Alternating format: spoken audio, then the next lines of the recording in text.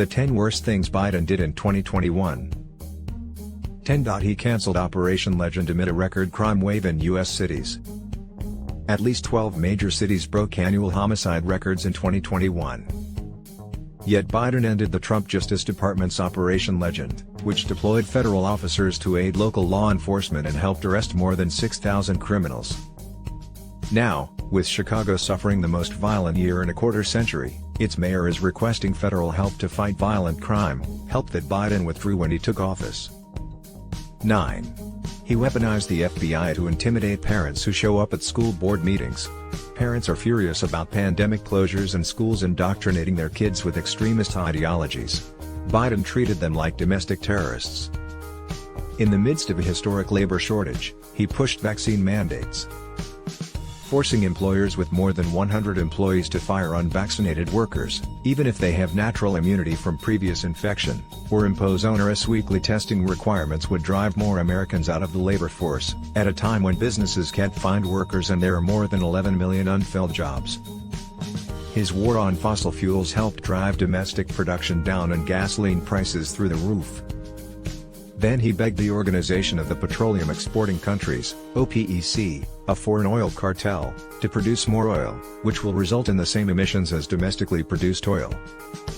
It's like the 1970s all over again. 6. He green-lighted Russia's Nord Stream 2 pipeline to Germany. Then Biden inappropriately pressured Ukrainian President Volodymyr Zelensky to accept Russian energy dominance over his country. Democrats impeached President Donald Trump for far less. He showed weakness in the face of Russian aggression against Ukraine. It's no coincidence that Russian President Vladimir Putin is threatening Ukraine just months after Biden's disastrous retreat from Afghanistan and his capitulation on Nord Stream 2. Then, channeling his inner Neville Chamberlain, Biden offered to hold talks to discuss Russia's concerns on NATO and the possibility of accommodations. Pushing Ukraine to accommodate Moscow under threat of invasion would reward Putin's aggression, and invite more of it. He unleashed the worst border crisis in U.S. history. U.S. Customs and Border Protection reported more than 1.7 million encounters with illegal migrants at the southern border, nearly 4 times the number the year before, the highest annual total on record, including 378,000 who were not from Mexico, Honduras, El Salvador or Guatemala. Seizures of deadly fentanyl more than doubled in 2021. And the drug is closely connected to a surge in overdose deaths, which reached a historic high. $9 trillion in social spending disguised as COVID-19 relief helped unleash inflation and extreme labor shortages.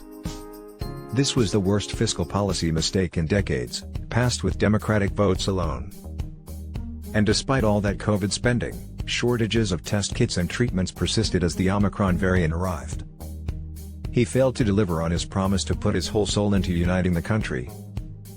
Biden threatened to veto his own bipartisan infrastructure bill, then went to Capitol Hill and urged members of his own party to take it hostage as leverage to pass Build Back Better.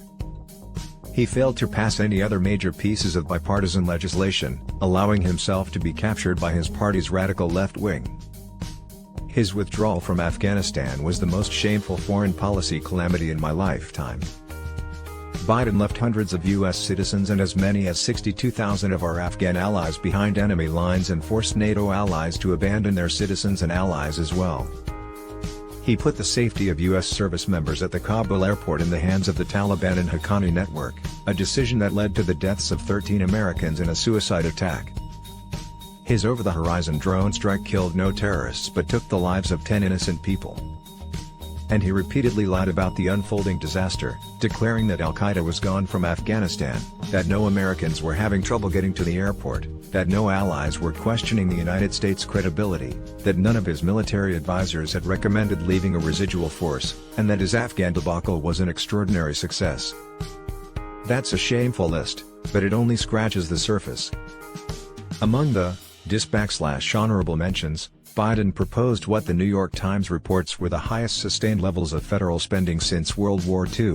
He increased vaccine hesitancy by insulting the unvaccinated. At a time when the threat from China is rising, he sent Congress a budget that actually cut defense spending after inflation, and he told Putin that 16 areas of the United States' critical infrastructure were off limits to Russian cyber attacks, which effectively told the Russian leader that the rest were not. Little wonder that Biden suffered the fastest collapse in public approval of any president in modern history. When he took office, he had almost 56% approval and was 20 points above water. Today, he's more than 10 points underwater.